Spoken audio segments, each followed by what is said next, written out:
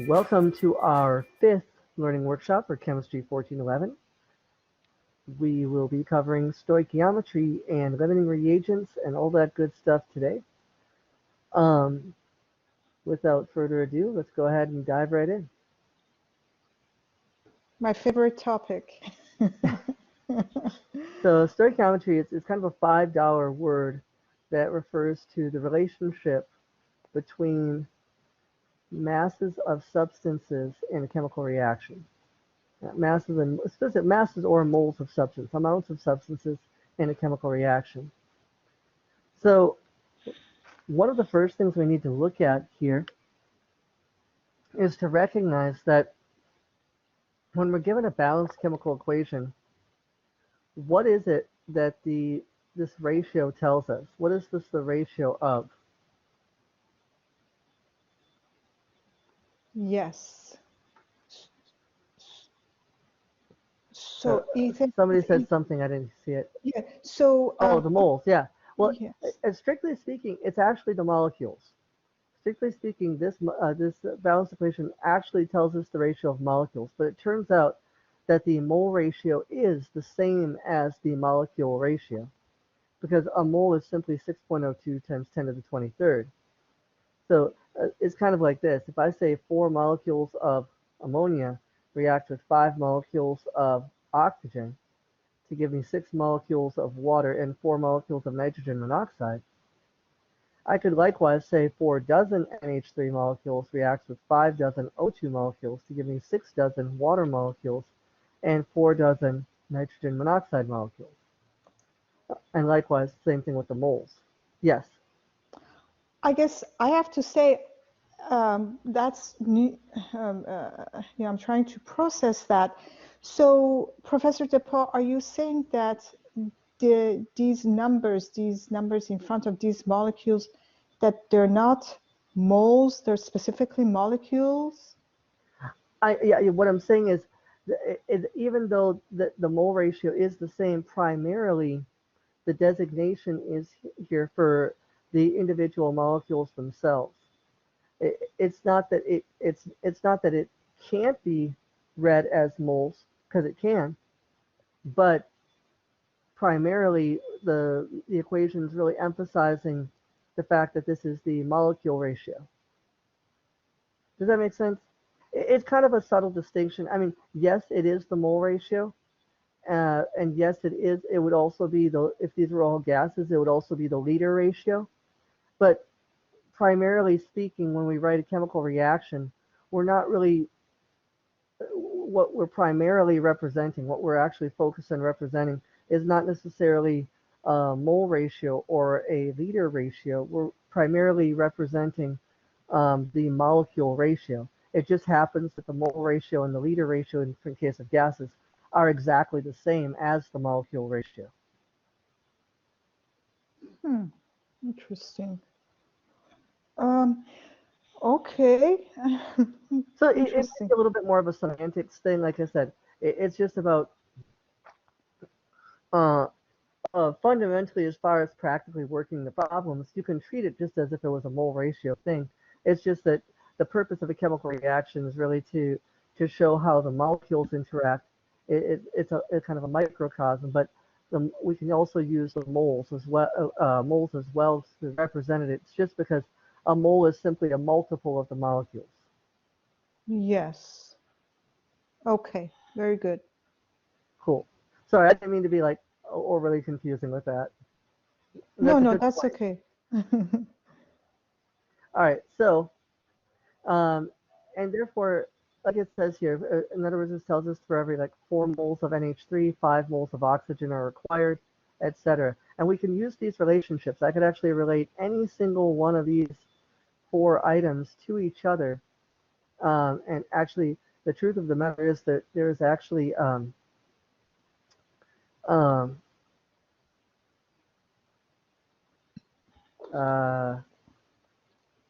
good heavens. Yeah, I think that there is 12.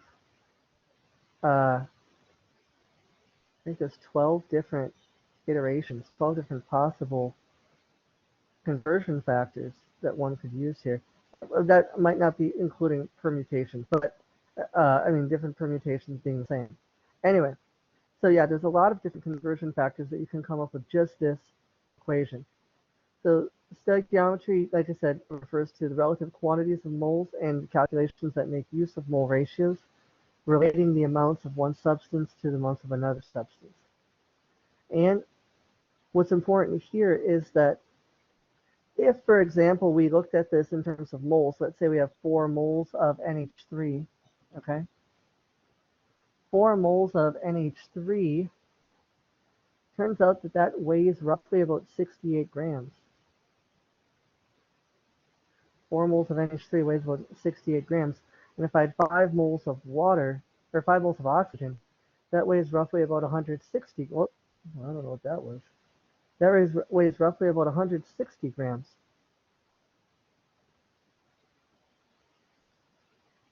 So 160 grams.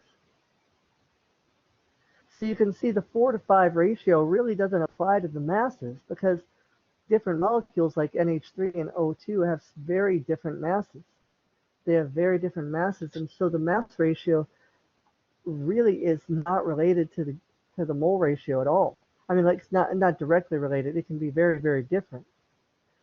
So therefore, whenever we're given grams, when we're trying to do stoichiometry, we oftentimes have to convert to moles, and therefore we'll have to make use of these molar masses as conversion factors to convert moles to grams and grams to moles.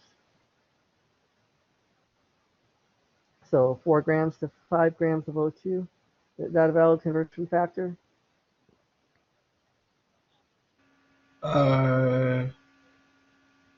No, they need to be No. moles.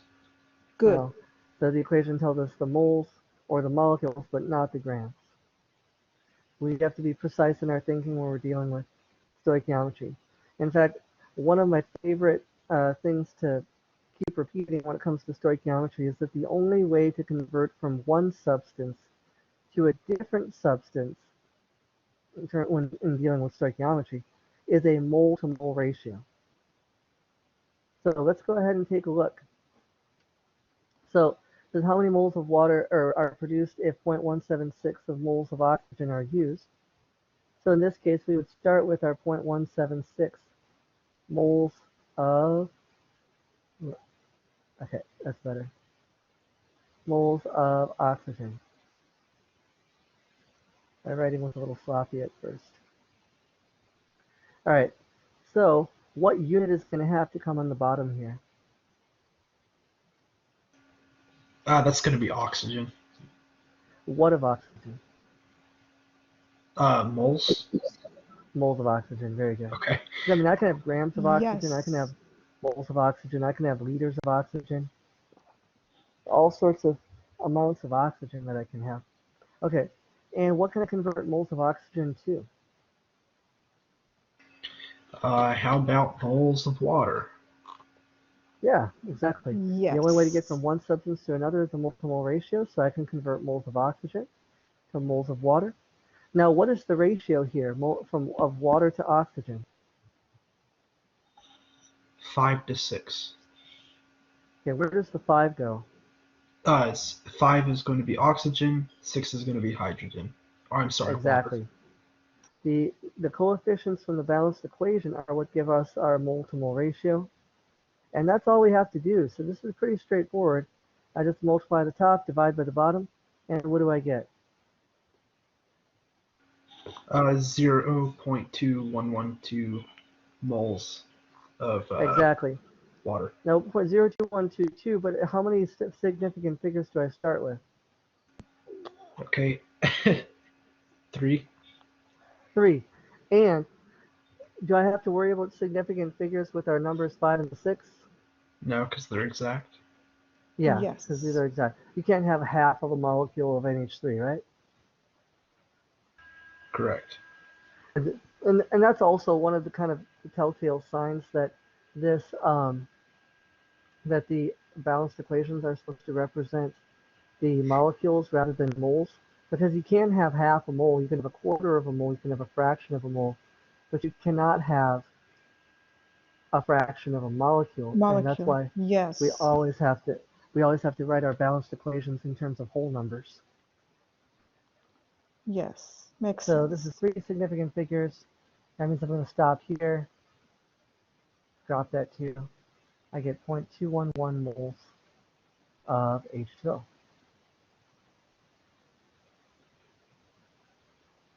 You guys want to try take a shot at the next one on your own? Yes, please. All right.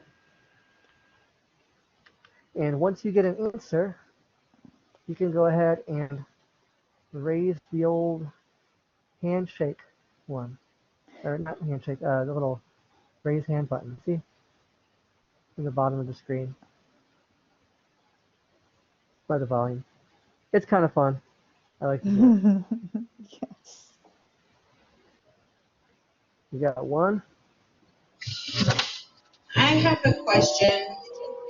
No question. No, I'm just kidding. Okay, so I'm trying to set up the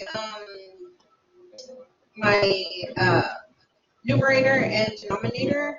Uh-huh. So is it because we're trying to find how many moles of NO? Is that what goes on the numerator and the H2O goes on the denominator? Yeah, Do so you you're want starting to? with, you have to start Yeah, with the, oh, go ahead, Dr. Neely. I'm sorry. I was going to say, that does Elaine have an opportunity to write, to write out the solution so that we can figure out what's the issue? Sure. But Okay, you tell. Okay, so if you don't want to write, just tell Professor DePaul what to write. okay. Well, if that's the case, I'll just go back to my other one. Yes, let's go Because I back can write to on the the. PowerPoint. All right, cool. Yes. So So Elaine will tell you how to write it. the 17 moles of H2O, of course, is what you're starting with. All right, and what did you do from here, Elaine? So from the previous question, I assume that the water is going to go in the denominator. The moles of water? Yes, sorry. The moles of H2O will be on the denominator. Uh-huh. And then what's going to go on then top? moles of NO. And then what goes on top? I'm sorry, moles of NO. Yep. Yes. All right, so moles of H2O to moles of NO. Exactly. And then so then what would be the numbers that go on top and bottom? So 4 and then 6 on the denominator. Perfect. And Yes. what does that give you? I didn't get to do the math. Give me 1 second. Ethan, what did you get? Probably the wrong answer, but I think it's 11.3, but it should just be 11 moles of. Yeah, you got it. 2 sig figs, it's 11 moles. Absolutely. Cool. Well done. Yes. Okay, yeah, that's what I got. Awesome. So yeah, you'll notice that the pattern for conversions is the same as what we've seen before. Whatever starts out previously on top typically has to go on the bottom so it cancels out. And you keep on moving whatever's previously on top down to the bottom of the next conversion factor until you get to the unit you're looking for. In this case, we were just converting moles of one thing to moles of something else. And so it was a simple one-step conversion. But it's going to get a little bit more complicated now. Uh-oh. Mm-hmm. Whoa. So That was really complicated. Exactly. So it's converting from grams to moles and moles to. So we can't go directly from grams of one compound to grams of another. Instead, we have to go through moles because moles is the only thing that allows us to relate. Because there's no way to relate. There's no way easily to relate grams of one thing to grams of another when you have a balanced chemical equation that doesn't tell you the gram ratio. It tells you the mole ratio. So what we end up having to do is we end up having to, instead of going grams directly over to grams, which we cannot do, instead we have to go from grams to moles. And Ethan says that we have to divide by molar mass. And That's correct. yes. And then the moles to moles we can do by using the balanced equation. And then once we have the moles of the other substance, we can convert back to grams using the molar mass. And you can start anywhere along here. Turns out this actually is a binary, and this is actually a multi-directional path here. You can start anywhere and go anywhere. For example, these blue, what's written in blue, I think it's blue, I'm colorblind, Yes. are your conversion factors. So to go from grams to moles, I use the molar mass. Moles to moles, I use the mole ratio from the balanced equation. And moles back to grams, I'm going to use the molar mass of the other substance. So let's go ahead and take a look at, some problems that will require us to do that. So it says, given 2 moles of water, calculate the grams of water. Okay, so for something like this, I have 2 moles of water that I'm starting with. What unit is going to go on the bottom of the first conversion factor?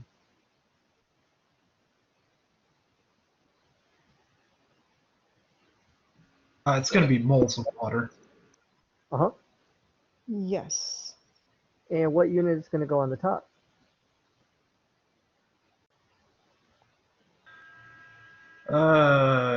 Grams of water. Yeah, grams of water.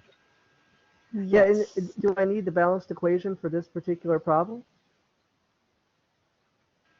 Since you're not doing a, oh yes, you would. Yeah. I do? Yeah, because if the equation isn't well, okay. No, not technically. If Yes. the 2 moles of water that were given in the problem are separate from the equation that we were given.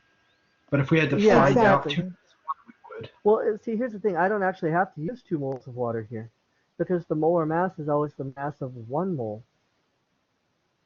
For this particular yeah, okay, so we do have 2 moles of water here, yes. Yeah, that's different. Yeah, okay, I see what you're saying. That's different from the 2 in the equation above, exactly. So yeah, so for the conversion factor, I don't actually need the equation for this at all. All I have to do is get the molar mass. And what's the molar mass for water in this case? 18.02 grams per Yes. mole. Does anybody have any questions on how to calculate molar mass? Do you feel pretty good about that? Yes. Okay, cool. So 2 times 18, this is going to be 36. However, because the 2 is only one significant figure, that's going to actually require us to round this to the nice even number of 40 grams of water. Wait, so what happened to the 2 moles being an exact number? So we Exactly. didn't have to. Good question. Well, okay, so in this case, if this is a given value, so this is so these relationships, yes, these are exact.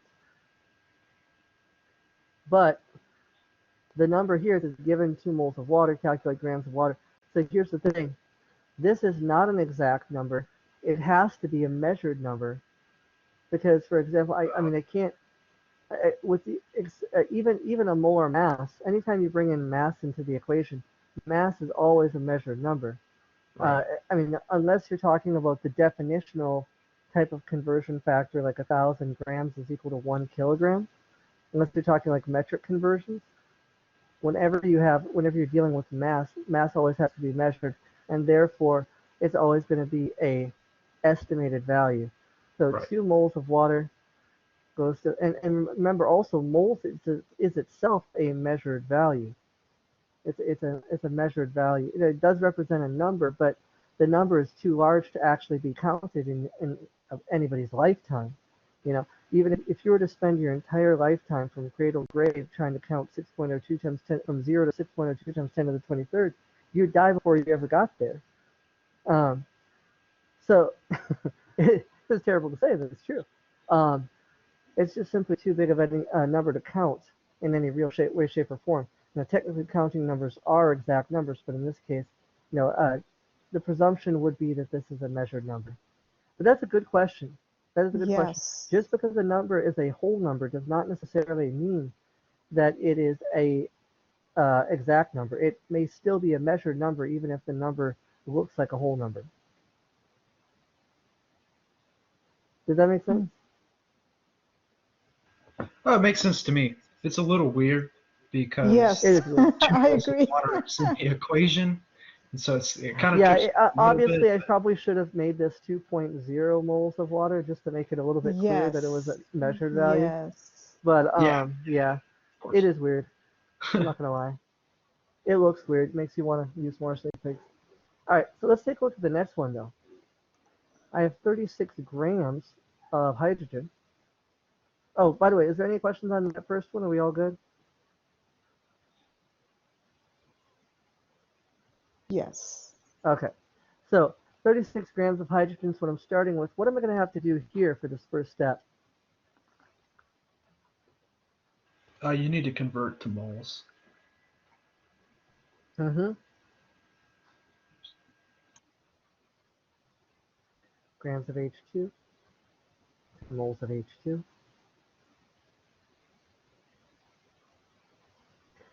And yeah, because with grams, that's pretty much all you can do is to convert to moles, because the only way to get from one substance to another is a mole to mole ratio. If you don't have moles, you have to convert to moles. So what numbers am I going to put here for the moles of H2 over grams of H2? I think 1.01 grams of H2 and then 1 mole of Yes. H2. Well, it is 1 mole of H2, but it's not 1.01 grams of H2 because it's H2. Oh, shoot. Sorry, 2.02. 2.02. Ah, Yeah. that was, So yes, good catch. yeah, 2.02 grams of H2 is 1 mole of H2. Okay, cool. So now we can go ahead and dive into the next one. All right, what unit is going to have to go on the bottom of this next conversion factor?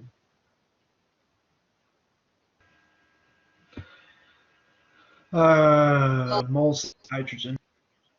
Mm-hmm. Oh gosh, I don't know what is. This pen, it likes to like shoot out these long runners. Do you have a stylus pen? I do not. I'm actually using my mouse, unfortunately. Oh, but you write so good. I do a little mouse settings to kind of help that. I'm cheating. So, moles of H2, what goes on the top?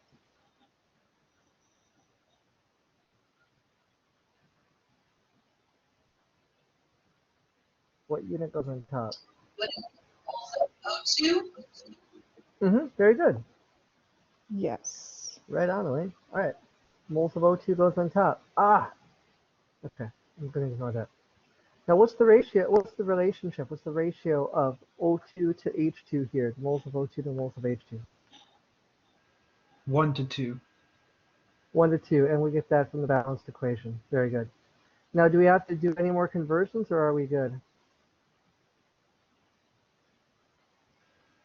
I think that's good. Yeah, it's good. So we just multiply everything on top and divide by everything on bottom. And if I do, I should get 8.9 moles of O2. 36 divided by 2.02 divided by 2. Cool. So why is it not 9 moles? Because I What'd you see say? the one. Why is it not 9 moles of O2? Because I see the 1 mole of. Well, I because feel like if you that should divide be. 36 by 2.02, and then you also divide it by 2, so 36 divided by 2.02 and divided by 2, it gives you 8.91, which rounds to 8.9. That 0.02 looks like it's going to have almost no effect. So you might assume that it would be 9, because you're just dividing by 2 twice. But actually, the 2.02 does actually have enough of an effect to actually bring it down from 9 to 8.9. So that makes sense. I was talking about the significant figures. I understand that 2 sig figs are in 36, but I also understand that Uh-huh. there's sig fig in 1 and 2. Well, remember, those are exact numbers because that's the mole ratio from the balanced equation. And the mole ratio, which is based on the molecule ratio, is going to be an exact number. Yeah, that makes sense. Thank you. Yeah, no problem. Yes. So just to be certain I understand about the sig figs, so it's 2 sig figs because it's 36 grams of H2. Yeah, yeah, 2 sig figs because yes, there's 36 grams of H2. It also happens to be the case that the H2 molar mass of 2.02 is 3 significant figures, but because 3 significant figures is greater than 2 significant figures, I go with the lesser amount of sig figs in my final answer. Does that make sense? Okay, yes. Cool. All right, let's hit the last one. This will be the most complicated of the 3 questions. Let's go ahead and start with our 6 grams of H2O. 6 grams of H2O. And what's the first step? What's the first thing I'm going to do here? Should that be grams of O2? Uh-huh. Yes. And what am I going to convert to on top? Well, you want H2O. So moles of H2O. Can I convert grams of O2 to moles of H2O? Well, Well, yes, let's technically, think. but it would Not be. technically. What can I convert grams of O2 into? I thought H2O had to be on the bottom in order to cancel them out. Exactly. So, what the heck? What did I do? Oh, never mind. I got it. Sorry. I had a freak out moment. All right. So, yes. So H2O does have to be on the bottom. So it can't be. Well, actually, how about this? We have to start with 6 grams of O2 instead of 6 grams of H2O. Oh, yeah. It looks like I was testing you guys because You I did. You wouldn't have tricked made that us. mistake on purpose, would I? You tricked us. No. So, I mean, yeah, I overlooked the fact that it was O2, so my bad. So what goes on the bottom? So on the Grams of bottom. Grams of O2, and then what goes on top? Moles of O2. moles of. Yes. So my mistake got everybody all messed up, so I apologize for that. All right. Now I'm actually going to not even bother putting numbers at this point because I want to emphasize something here. It's sometimes a lot easier to just not even put any numbers until the very end. What unit goes in the bottom of the next conversion factor? Moles of O2. Moles of O2. And what can I convert moles of O2 into?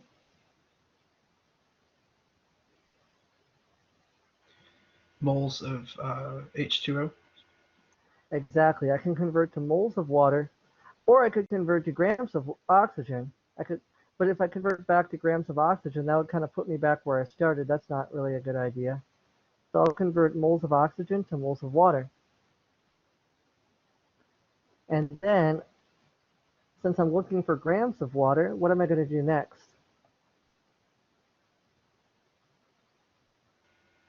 Grams of H2O over moles of H2O. Grams of H2O on top Yes. over moles of H2O. Yes. Now, logically speaking, you might first think, oh, well, the moles of H2O has to come on the bottom because it was previously on the top. And that would be a good way to think about it. And then you'd be like, okay, well, what can I convert moles of water to? Yeah, I'm looking for grams. Okay, so now it's time to fill in the numbers. Remember, conversion factor, the top always has to be equal to the bottom. So how many moles of oxygen are equal to how many grams of oxygen? It's going to be 1 mole of oxygen to 32.00 grams of oxygen. Yes. 1 mole is equal to 32.00 grams of oxygen. And what about the ratio of moles of water to moles of oxygen? How many moles of each?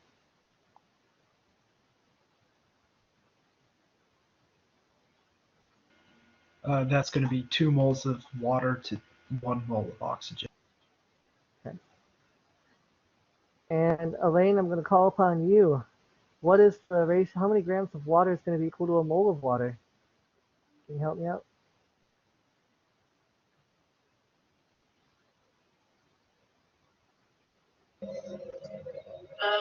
So it'll be 2 moles of water. 2 moles of water is equal to how many grams of water?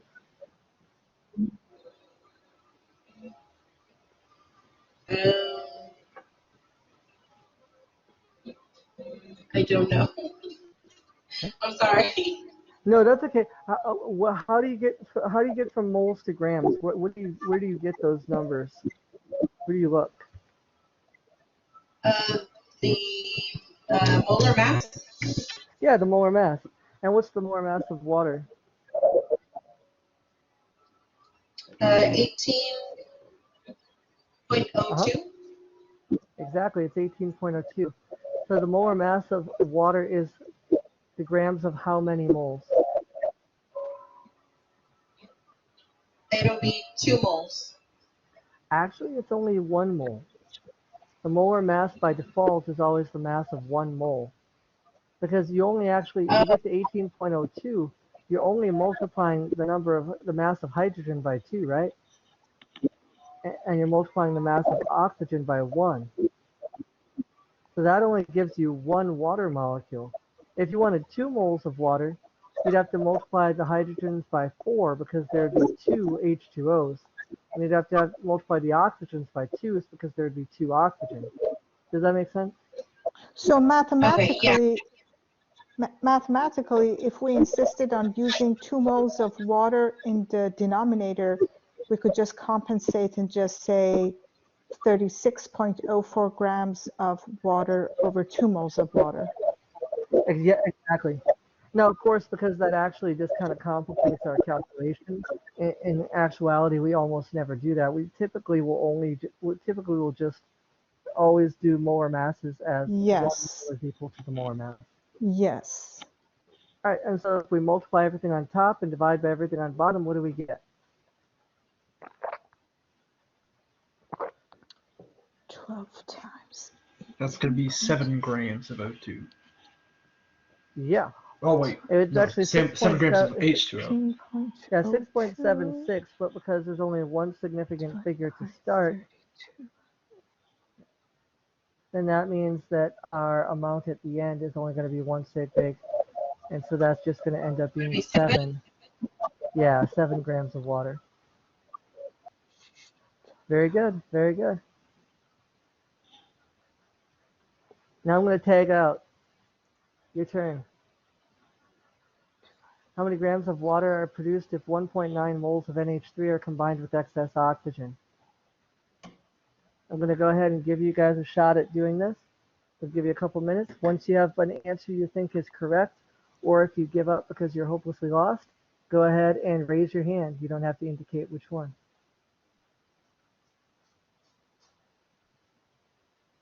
Once you have an answer, or if you feel hopelessly lost, just go ahead and raise your hand. And we'll go over it after everyone's raised their hand. All right. Usha, do you mind if we go ahead and go through it? What do you say?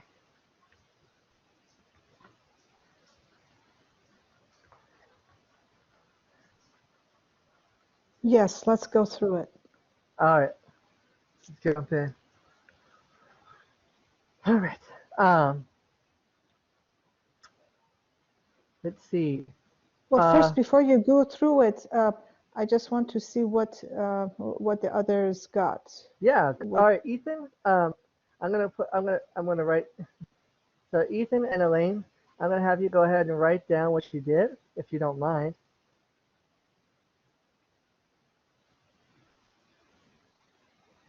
E and E.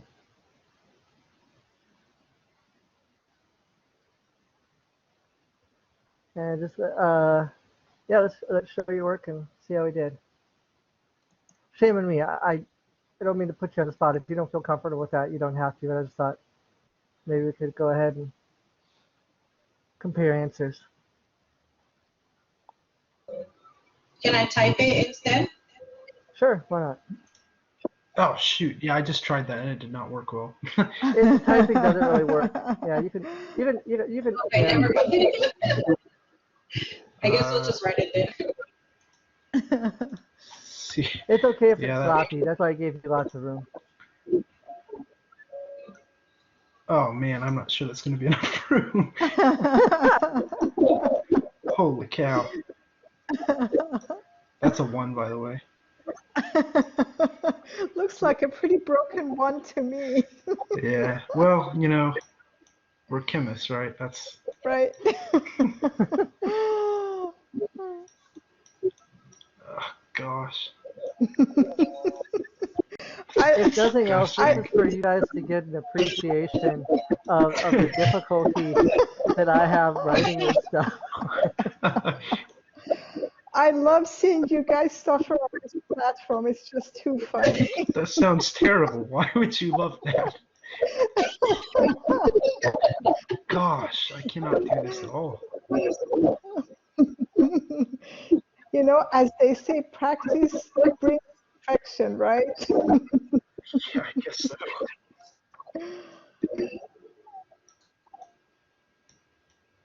But Michael, I love how you set this up. I didn't know two people can, you know, actually write on this darn platform. That's pretty funny. Okay, Usha, thanks for letting us know. Good night. Have a great evening. Yes, definitely. Thank you for coming. Thank you for coming.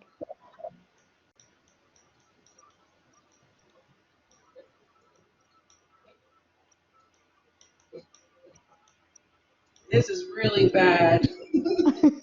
Hey, yours is better than Ethan's. Don't feel too bad. Too funny.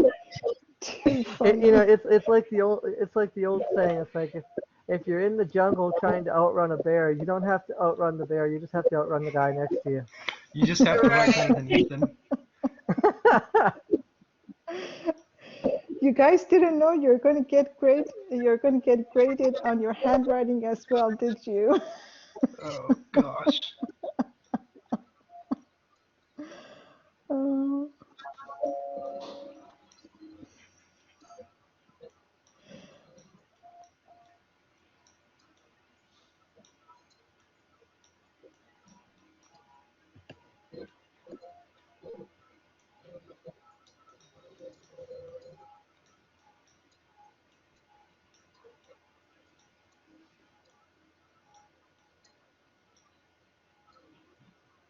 Oh, dang.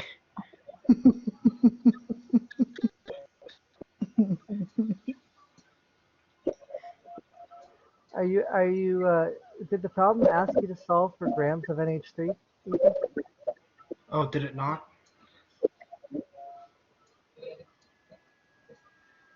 I don't even remember now. That's what oh, it's H2O. Shoot. Yeah. Oh boy, did I do it wrong or did I just? Because Let's see here. I mean, 1 mole of H2O is not equal to 18.02 grams of NH3, right? Right, I agree. Yeah, I don't know what I was thinking there. That's kind of dumb. Yeah, it's okay. You're my clutch player, Ethan. I know that you'll come Yes. through for me in the end. Yes, sir. I'll always be here. You always do. You always come through at the end. After several missed attempts and some horrible handwriting. Yes. Well, Yeah, I think it's for you. It's like you just jump into it and your mind works kind of fast. So you're just kind of like, okay, snap, snap, snap, snap. But sometimes the connections don't fuse properly in the process. Yeah. Now, Yeah, I'm particularly bad on tests. That's crazy, man. You don't even know. so you have engaged in what I would like to refer to as too much work. Okay. So notice what you started with here and what you put Elaine, down here. Elaine, significant digits. Huh. So if you're starting with moles of NH3, would you want to bring grams of NH3 on the bottom here? No, you would want it on the Yes. top. Got it. That's funny. I even wrote it wrong on my paper. Yeah, so this entire step was entirely unnecessary. What you wrote was what you would do if you had 1.9 grams of NH3. Oh. But you don't have 1.9 grams of NH3, you have 1.9 moles. So that step can be entirely skipped. And notice if you skip that step, moles of NH3 is indeed what you put down here, right? Yeah. How funny.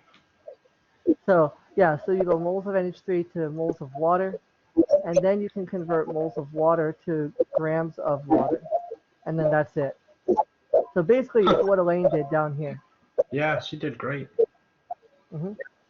Good Okay. job, Elaine. Oops. Thank you. Thank you. I think I messed up. I'm glad you mentioned significant figures because I would have got that wrong. Mm-hmm. No, actually, no, you were on the right. You definitely are correct because you report the number, you want to report the whole number, 51 point blah, blah, blah, blah, blah, blah. And then in the last step, just remember to just chop it off. But no, excellent job. Very good. Let's take another shot. Let's go ahead and do the next problem. It's redemption time, Ethan. Redemption time. Yeah, I live for it. I'm here. All right. Too How many funny. grams of O2 are required to produce 0.3 moles of H2O?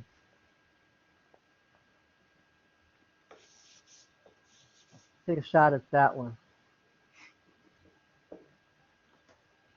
All right, I got my answer. I'm waiting on you guys. Oh, jeez. I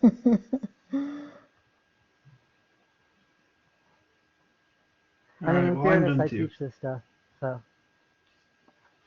Yeah, and you should be. You're phenomenal at it.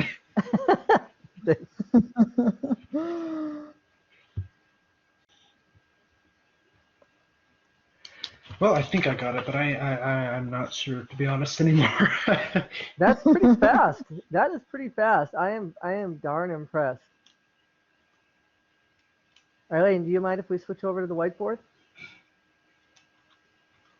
Sure, I'm ready. All right, let's go whiteboard. All right, I'm gonna go ahead and type. Oh, I probably did this wrong.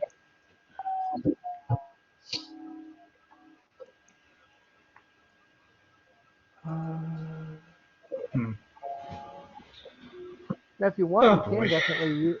You can definitely use the whatchamacallit, the typing part to do the actual words. So, like for example, 0.3 moles of O2, right? Yes. Or no, moles of H2O. Sorry. H2O, yeah, 0.3 moles of H2O.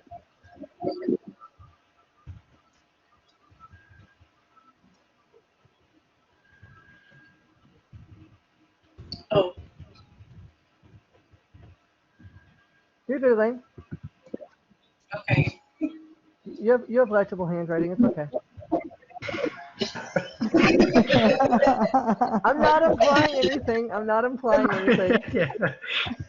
No, I'm just figuring it out way too fast, right? That's what's going on. Exactly.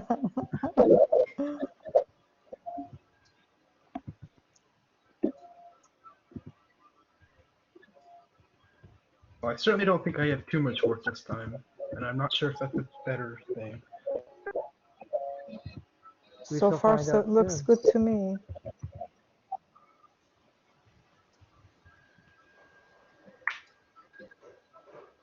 Please be right.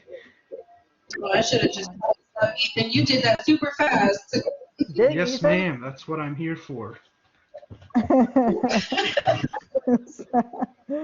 Straight up. 100%, my friend. Got it? Yes. Okay, I got 8 grams too, so I'm just gonna concur with Ethan. Concur with your esteemed colleague? Indeed. Steve. All right. Okay, cool. Let's go ahead and see if your talents hold out on this next problem. Bring it on. Yeah. You guys did awesome. That's great. Now, how many grams of nitrogen monoxide is produced if 12 grams of oxygen is combined with excess ammonia? Dang, that was fast.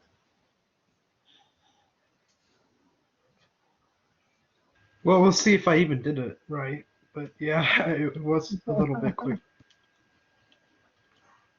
Usually people don't pick it up that fast. That's good. Yeah, I loved chemistry in high school, so that's probably part of it. So, I will tell you this. Ethan, you have 2 mistakes. Are they One mathematical? One is one of your conversion factors has the wrong units, but the right numbers. And another conversion factor has the right units, but the wrong number. Dang it. It's because it's difficult to write on this platform. So Oh, yes. Okay, and actually, so actually I should say all 3 of your conversion factors had some minor error. So yes, the first one was the should be grams of 32 grams of O2 to moles. And what's the error in the second conversion factor? It's one tiny error. the I bottom, haven't found it yet. the bottom Oh, it's should be O2. 5 moles. Yes. Yeah. Bummer. And that was the only mistake there. And then you have one Elaine, more yes. small mistake in the last one. I really wish I could count. That would be nice, huh? Jeez. It's the future of America's medicine. Believe me, I've seen worse. Well, that's good to hear. Dang. Let's just say that there are a few doctors that I can already tell you probably would still put to shame. Well, that's good to hear. I'm gonna put him to shame with my EMT certification. Go walk right over him, right? Exactly. I didn't know you were EMT trained. Yes, sir. Yeah. What does that stand for? EMT? Emergency medical technician. Oh, yeah. Wow. Oh, sorry. Yeah. That is really cool. I mean, it almost sounded like through. you said ENT, so that would have been ear, nose, and throat, and no. Oh yeah, that's otolaryngology. Yeah. Yeah, you're not an otolaryngologist. Yeah, no, that would have been a lot cooler. Specialized. Well, I mean, yes, I mean that's a specialty after you get your MD. It's a specialty in the field of medicine. But that is really cool, Ethan. So Well, you're actually employed. I assume by. Yes. Oh, nice. Okay. Yeah. Yeah. It's not as nice as it sounds, to be honest, but it's all right. Yeah, Well, that's a tough job. You see some crazy stuff. Yeah, is it, I have would to you agree with that. would you consider it high stress? Oh yeah, I think so. It's actually not so bad on the job, but it is pretty bad afterwards. After you fall from all of the adrenaline and stuff, that's pretty bad. Oh, you mean like withdrawal symptoms? No. But kind of actually. It's like in the moment you're all it's so souped crazy. up. Exactly, and so like you don't even like it doesn't feel high stress at all, but afterwards, like the 30 minutes, the hour afterwards, like it can be pretty brutal because you realize like the gravity of everything that just happened. Because, for example, if you hadn't, if you had zigged, the patient might have died, for example, if you would have zagged, Yes. Oh, wow, Yeah, yeah, exactly. Now, if we're being wow, honest, I'm not the person that would make those kinds of decisions. That would be like the lead paramedic, but uh-huh, but still, there are like I could yeah, absolutely mess up and hurt someone without a doubt. ah. And how many years have you been working in this field? Like maybe point 0.3. Okay, For so just a few for months. a few Yeah, months, yeah. okay. I graduated. I pretty much graduated high school with it. I got very lucky. I got into a program that was joint with TCC actually, Uh-huh. Oh, and cool. I got my EMT certification during high school. Very nice. I had never heard of it. And so, after Yeah. a few months of it, you figured out that no, it's very high stress, and it's time to pivot yourself into a additional direction. I mean, it's in the medical field, so I mean, your experience is going to be so helpful to get you into medical school. That's the hope. We'll see. All right, Elaine, you nailed it. 9.0 grams of NO. And with Ethan's new calculations, that should give him exactly what he needs because the ratio of 20 to Yeah, it 32 to does. 3, 6 to 9, that's going to give you to the 9 grams of NO as well. Woo. Awesome. Well done, people. All right, let's go ahead and shoot forward. The next on the agenda is the more complicated topic. And since you guys seem to have that down, I'm going to skip this extra practice here because I really feel like both of you kind of have this general pattern down. And I Yes, want to make sure that we get to the limiting reagent stuff because that's the tricky stuff. yes. Okay, so limiting reagent. So limiting reagent is the reactant that runs out first. So no matter how perfectly we try to pair these up or match them up so that there's an equal amount of reactants, it turns out that in many cases industrially it doesn't actually make sense to try to make them as close to each other as possible, especially if one reagent is super cheap and the other reagent is very expensive. The expensive reagent will use the less amount and then they'll use an excess of the cheap reagent because they don't care about it, it's cheap. And that will cause the expensive reagent to run out first, and that will be the limiting reagent, okay? Um, so the limiting reagent is the reactant that runs out first and therefore limits the amount of product that can be formed.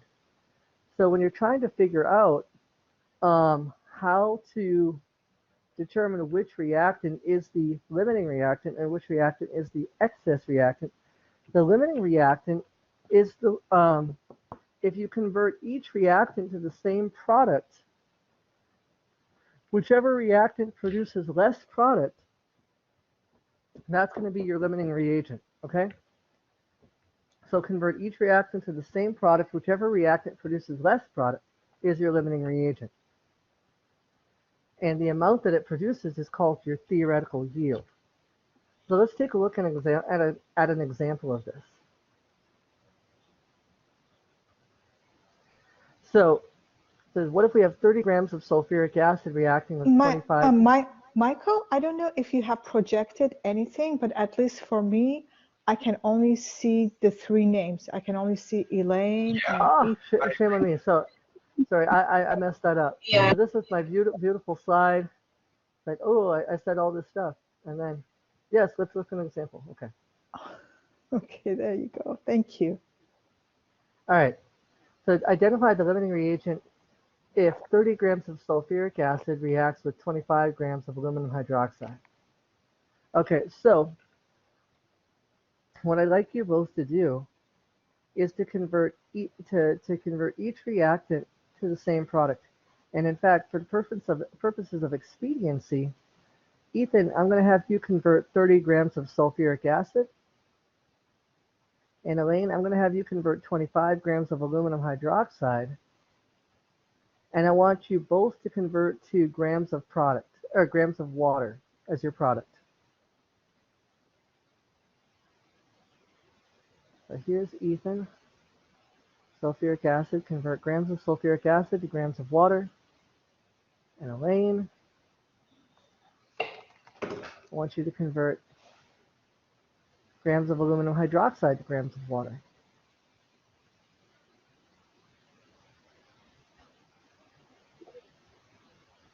We can actually do that, but how about if we skip one step and instead of going to gram of water, going to mole of water? What do you think?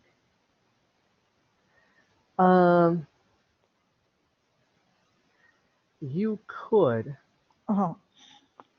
The only hesitation that I have is typically, for most students, it's easier just to go through the gram to gram conversion, the complete cycle, especially since in most cases you're asked to solve for the grams of the product anyway. So you're going to have to do that, at least one of those mole to gram conversions again. Okay, gotcha. So. Fair enough, yes. But you're right, that does technically save you one step, but I've found in practice it ends up confusing students more often than not. Gotcha.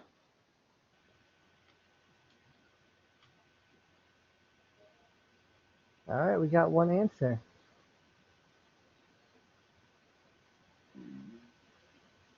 All right, Elaine. What are we leaving them in? Oh, I'm sorry, my bad. Oh, right. You can just give me the numerical answer. Elaine, do you what want did it you in get? moles or grams? Because grams would be work, great. Right? Oh, okay. Grams would be great. All right, Elaine, how many grams of water did you get?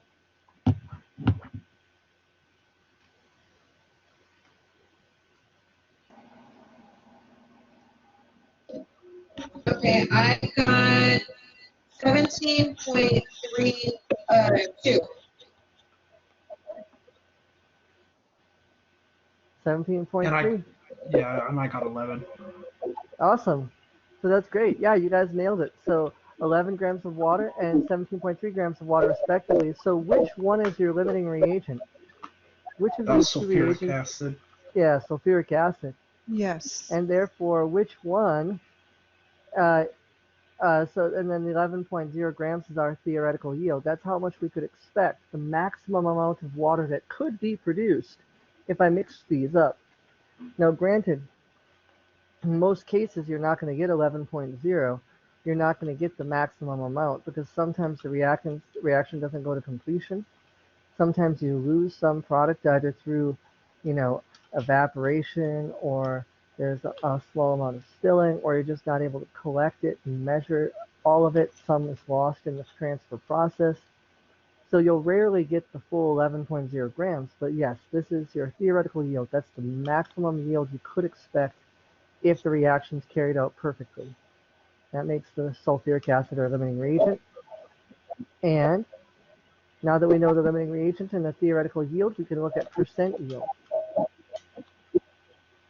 So question, so the theoretical yield would be the smallest? Yes. So I compare the Okay. two. I compare the two of the. There we go. I compare the two substances, the 11.0 and the 17.3. Okay, so which one produces less? Top one produces less. This is my theoretical yield. And the amount that it produced, or rather the reactant that produced it is my limiting reagent. And if I could just reiterate that, as Professor DePaul said, in reality, most of the time reactions don't go to 100%. And thus the theoretical yield is the amount of product calculated to form if all reactants were converted to products. Mm-hmm. if the maximum amount of reactant was converted to product, exactly. And in this case, if 100% of the limiting reagent is converted to product. Yes. Now, it is possible to get greater than 11.0 for your theoretical yield only if you have major impurities in your final product. So if you have impurities, that means there's a bunch of other junk in your final product that you're counting with your final product. So basically, anything above 100% yield is going to be seriously problematic. I would say go back to the lab, redo it, Exactly. and come back with a percent yield that's less than 100% so that I can look at your product. There you go. There you go. All right, so here's percent yield. So from our previous problem, it says we calculated our theoretical yield to be 11 grams of water. If you carried out this reaction and you're only able to get 9.87 grams of water recovered, then then you can calculate the theoretical or the percent yield, because this 9.87 grams of water, this given amount that you recovered in the lab, this is what's referred to as your actual yield. The actual yield must be given because it cannot be calculated. It's something that either you have to determine in the lab itself, or it has to be given in the problem. So yeah, that 9.87, that's your actual yield. So percent yield is the actual yield from experimental data divided by the theoretical yield times 100%. And in this case, that gives us 89.7%. Does that make sense? Any questions on this excess reactant versus limiting reagent, actual yield versus theoretical yield, and percent yield? Yes. So I think I was struggling with this a little bit earlier in the week. So I guess yesterday, and finding the limiting reagent, because I really don't like doing both equations. So maybe I need to just stop being lazy. But I found someone said that if you take your the moles or the coefficient, the amount of molecules of what you're calculating, and divide it by the molar mass, and you do that for both reactants, the smaller number will give you the limiting reactant. If you divide, okay, so that is a shortcut. I'm not fond of it Okay. for several reasons. All right.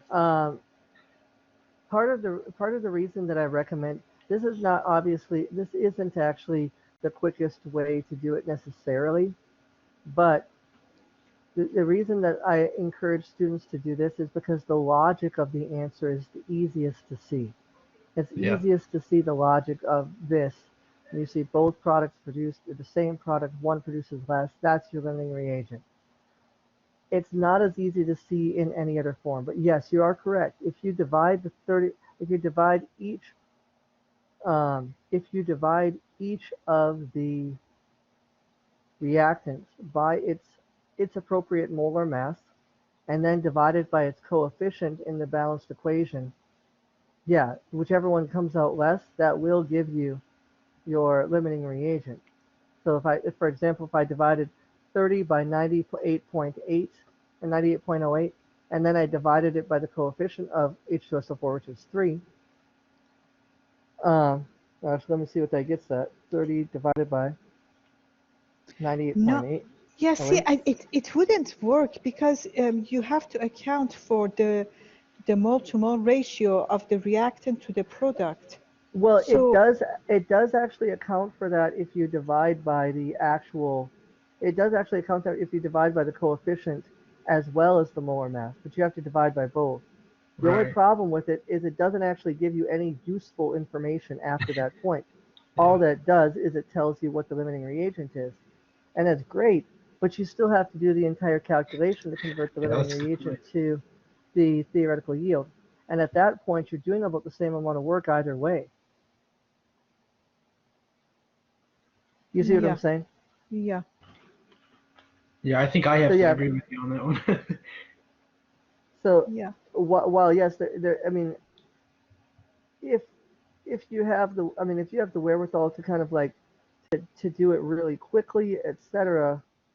Like for example, when I divided the 30 by 98.08 divided by 3, I get 0.101 or 0.102 for the sulfuric acid. If I divided the 25 grams of aluminum hydroxide, it's 78.01, and divided by 2, I get 0.16. I clearly see that the sulfuric acid with a 0.102 is going to run out first, and that's my limiting reactant. But that, like I said, that doesn't give me any useful information. In fact, that number doesn't even give me the moles of H2SO4. So I have to go back and I have to calculate the entire thing anyway. So my, I guess my contention would be to, there's also another way to do it. You can convert one reactant to the other. And if you're lucky, you in the first time you'll see, you'll be able to do a have-need comparison. But that have-need comparison is problematic because it oftentimes confuses students. It's much less easy to see the relationship and clearly understand why the limiting reagent is one versus the other when you're doing a have-need comparison. I mean, I'm not saying that it doesn't make sense. It's just much less obvious than this, converting Right. both reactants Everything to the you've same taught me product. so far has worked, so I think I'll probably just stick with what you showed me.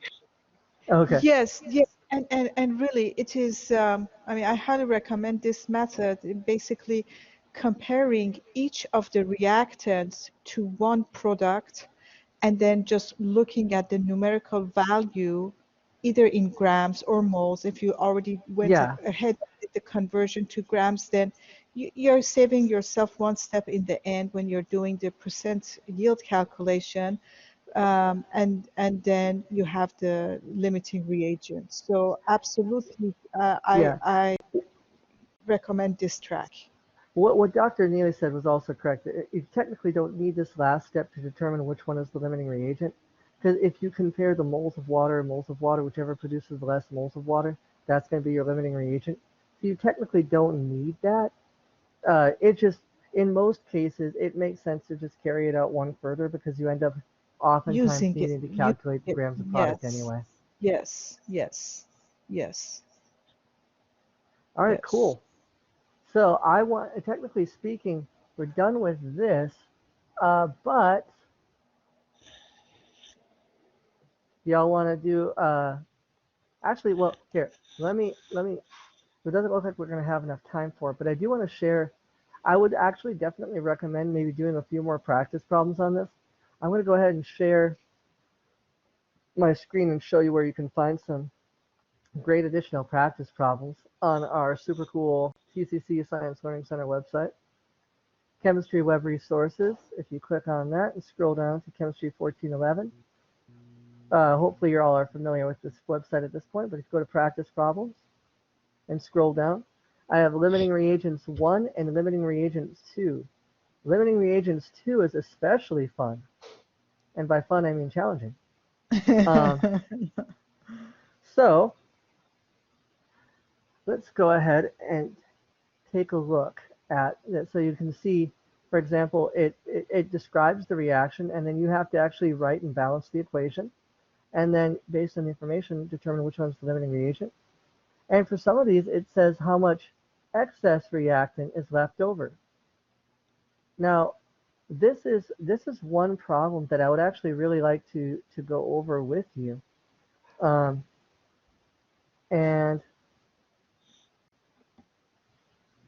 actually in this context, why don't we go ahead and do the problem that was at the end of that PowerPoint for the excess reactant? Anyway, so but there's these limiting reagents. One, limiting reagents and percent yield is also super cool because it involves all the limiting reagent stuff, but it also includes percent yield stuff. So I would definitely recommend checking those out. Honestly, some of those problems are a little bit harder than what you would probably expect to get from your professor. But if you want to check your answers, once again, you have the complete answer keys worked out here.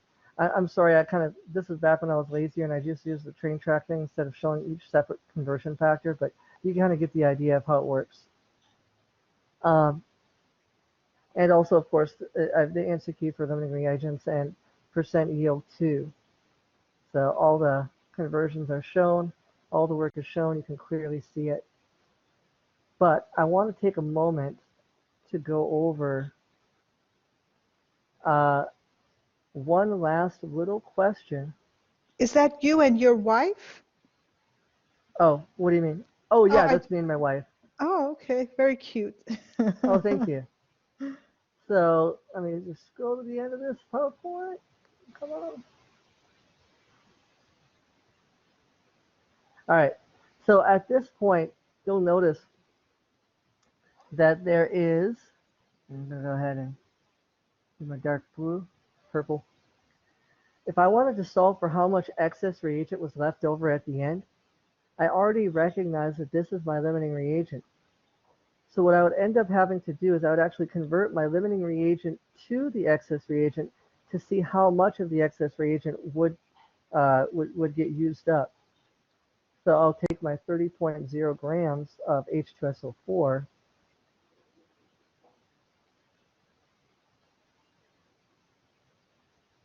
SO4, and then I'll go ahead and I'll put the 98.08 molar mass grams of H2SO4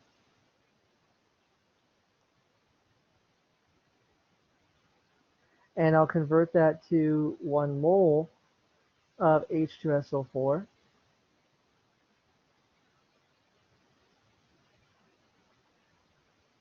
And then only this time instead, it'll be similar to that first calculation I did, except that in this case, instead of converting it to moles of water, I'm going to convert the moles of H2SO4 to moles of aluminum hydroxide. So moles of aluminum hydroxide, AlOH3. Ah, that ugly big line. There we go. Come on, where is it? There we go. And then, of course, that ratio is going to be a 2 moles of aluminum hydroxide to 3 moles of sulfuric acid. And then I just do, well, I'll convert the moles of aluminum hydroxide,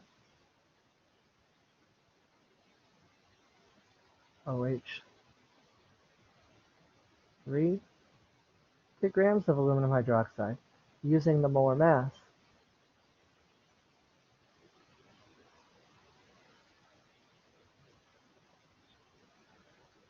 And this, of course, is going to be the 78.01 grams of aluminum hydroxide per 1 mole. So at this point, I go ahead and I calculate that. And if I do, what do I get? That should be 9.09 grams of aluminum hydroxide to 3. Oh, well, sorry. No, it shouldn't be. It should be 15.9 grams of aluminum hydroxide, right? Yeah, 15.91, yep. And So, then or 25 15.9, yeah, 15.9 with the appropriate sig figs. So 15.9, very good. That's grams of aluminum hydroxide. So this, when I convert the limiting reagent to my excess reagent, what I've actually solved for is the amount of aluminum hydroxide that is used. So if you ever get a question of how much excess reagent is left over, and you definitely can get questions like that on a quiz or a test or something, I want to calculate that. What do I do at this point? How much did you start off with? 25 grams. So that's, Yes. so this is how much I started off with, and how much got used?